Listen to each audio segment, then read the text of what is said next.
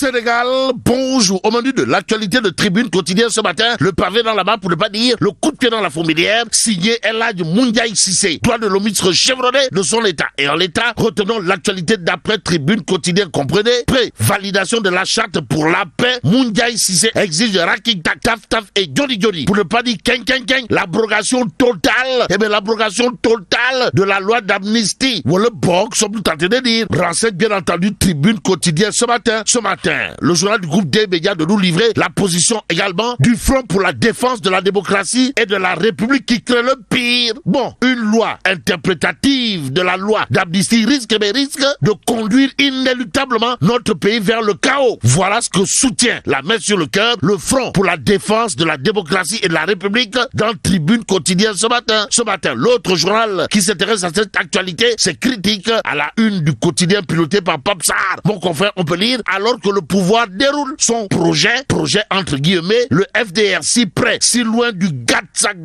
Et plus qu'il est dit, Boubouke Yabe Wahamade, Tchodorin Wala, Vox Populi, en tout cas dédiqué, situation politique, économique et sociale, une période bien sombre pour le pays. Bon, le FDR s'attaque au pouvoir, informe Vox Populi. Le journal de souligner, en tout cas, le point relevé par le FDR, à savoir, Pastef, les patriotes n'a jamais voulu abroger la loi d'amnistie, comme beaucoup le présageaient. Et ce que présage, bien entendu, le point actu est à lire à ça le journal révélé, en tout cas, politique, l'opposition tire et tire sur l'État Sonko diam. Bon, le FDR rejette le pacte social et la loi interprétative, source de chaos. Nous livre le point actu à propos toujours de l'actualité nationale. Il y a dans Tribune quotidien les touilles signé Mansour Faye. Comprenez, Goro National qui ne démord pas, alors là pas du tout, dans ses critiques en direction de Ousmane Sonko. En tout cas, Ousmane Sonko ne peut pas, alors là pas du tout, emprisonner mon âme. Voilà ce que soutient aujourd'hui Mansour Faye, nous livre Tribune quotidienne ce matin. Et source à ce matin de nous apprendre fusil d'assaut en bandoulière sur Faye. Comprenez, Mansour Faye tire à boulet rouge sans sommation s'il vous plaît. Et c'est avec beaucoup de plaisir que Mansour Faye, d'après toujours source a tenu à dire, je ne suis ni lâche ni un voleur, encore moins un menteur. Bon, restons bien entendu avec source A qui nous donne une information autour de monsieur le député maire de Agnam. De quoi s'agit-il exactement? Les conseils de Farba Ngom ont saisi depuis longtemps l'ordre des avocats pour la tenue d'une conférence de presse, mais toujours rien et absolument rien. Pas de feu vert de l'ordre des avocats pour la tenue d'une conférence de presse des conseils de Farba Ngom, renseigne source A, au nom de qui ou de quoi. Quoi qu'il en soit, après l'interdiction de sa conférence de presse le 22 janvier dernier pour absence d'autorisation préalable, la défense de Farba Ngom s'est conformée à la règle en soumettant une requête auprès de l'ordre des avocats. Renseigne source A, attendu depuis mardi dernier. Le bâtonnier de l'ordre des avocats n'a toujours pas, alors là pas du tout, donné son autorisation au conseil de monsieur le député maire de Agnam. Bon, en attendant de savoir si oui ou non monsieur le bâtonnier est en mode combine beurré. Dans cette histoire, retenons l'histoire que nous livre l'Observateur, l'Obs, le journal, en tout cas, de parler de Lat Diop, Ngodé Latir. En tout cas, libérez Lat Diop.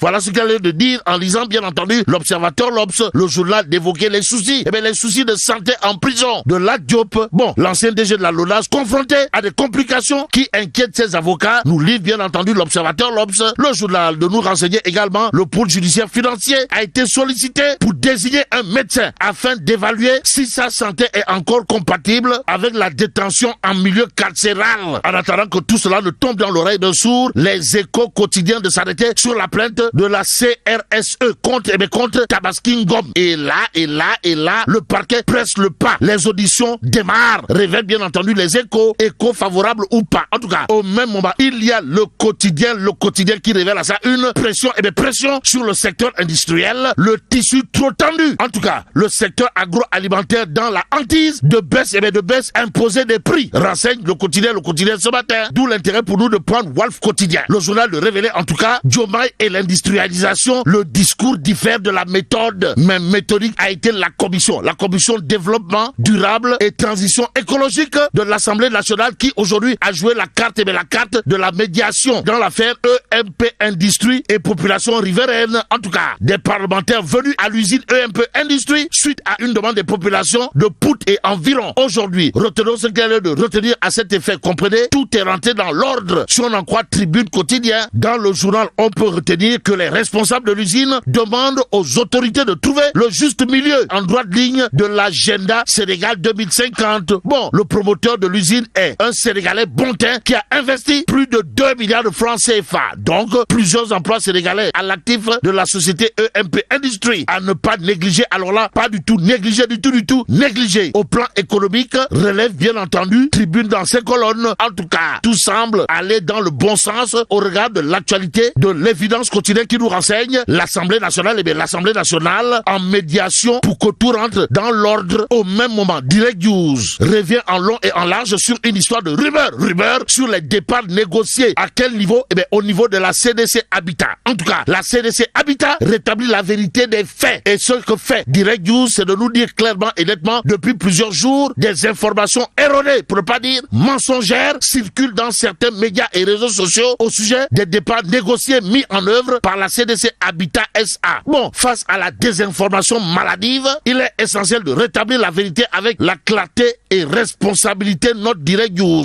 En tout cas, aucun employé n'a été contraint à un départ injustifié. Les droits des travailleurs ont été scrupuleusement respectés dans le strict cadre du droit du travail et en toute transparence. Nous livre Direct News. Ça veut dire quoi? Eh bien, ça veut tout simplement et tout bonnement dire, d'après le journal, que contrairement aux allégations et aux gros mensonges relayés, la CDC Habitat SA a opté pour la rupture à l'amiable. Renseigne bien entendu Direct News. Que dire d'autre d'après le journal? Sinon, ce sont les travailleurs eux-mêmes qui ont négocié leur départ avec consentement libre. Ils ont encaissé leur chèque avant de désinformer en alléguant des licenciements, ce qui est contraire à la réalité. Et pour la petite histoire, Direct News de nous apprendre que la CDC Habitat a même payé des bonus qui ont permis de solder les dettes internes tout en partant avec un bon montant, c'est-à-dire un montant conséquent, précise bien entendu Direct News. En attendant, terminons avec Enquête Quotidien, le journal de nous amener au consulat de Milan, plus précisément au bureau des affaires consulaires, histoire de révéler alerte sur la mafia des passeports. En tout cas, un Gambien pour obtenir un passeport sénégalais pour 1 million de francs CFA selon un député. Renseigne bien entendu Enquête ce matin. Le journal de renseigner, le ministre des Affaires étrangères annonce une enquête tout en appelant les citoyens à collecter les preuves. Pendant ce temps, monsieur le Premier ministre ordonne l'intégration